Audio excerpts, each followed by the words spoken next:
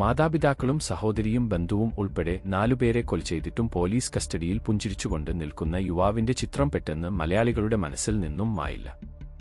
സാത്താൻ സേവയുടെ പേരിലെ ദുരൂഹമരണങ്ങൾ വീണ്ടും മനസാക്ഷിയെ ഞെട്ടിക്കുമ്പോൾ പെട്ടെന്ന് ഓടിയെത്തുന്ന മുഖം നന്ദൻകോട് കൂട്ടക്കൊലപാതകക്കേസിലെ പ്രതി കേഡൽ ജീൻസൺ രാജയുടേതാണ്. 5-ാം പാതിര എന്ന സൈക്കോ ത്രില്ലർ സിനിമയിലും കേഡലിന്റെ ഭാവങ്ങൾ ആവിഷ്കരിക്കപ്പെട്ടു. 2017 ഏപ്രിൽ 9-നാണ് ക്ലിഫ് ഹൗസിന് സമീപമുള്ള വീട്ടിൽ അമ്മ ഡോ. ജീൻ പത്മ, അച്ഛൻ പ്രയാഫ് രാജ് തങ്കം, സഹോദരി കരോലിൻ, ബന്ധു ലളിത എന്നിവരെ കേഡൽ കൊലപ്പെടുത്തിയത്. 3 പേരുടെ മൃതദേഹം കത്തിക്കരിഞ്ഞും ഒരാളുടേത് കിടക്കവിരിയിൽ പൊതിഞ്ഞ നിലയിലുമായിരുന്നു. ആത്മാവിനെ മോചിപ്പിക്കാനുള്ള കേഡലിന്റെ ആസ്ട്രൽ പ്രൊജക്ഷനാണ് കൊലപാതകത്തിലേക്ക് നയിച്ചത്.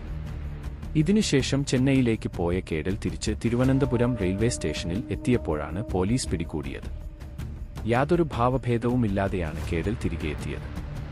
കേഡൽ ഇപ്പോഴും പൂജപ്പുര സെൻട്രൽ ജയിലിലാണ്.